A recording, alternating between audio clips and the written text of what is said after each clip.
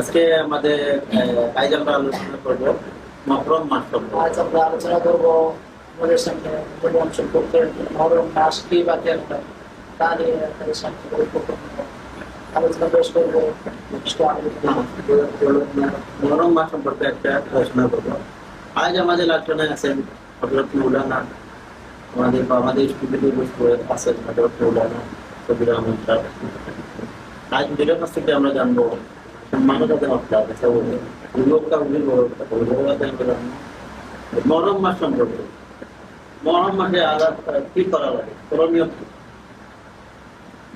তো তুমি style change করতে পারবে, আস্তে আস্তে আইব তখন আইলে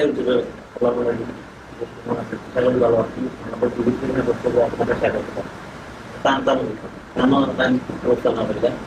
টান টান শুরু করলাম, ধন্যবাদ দিতে হবে দেওয়ার পরে টানটা পড়তে পারবে।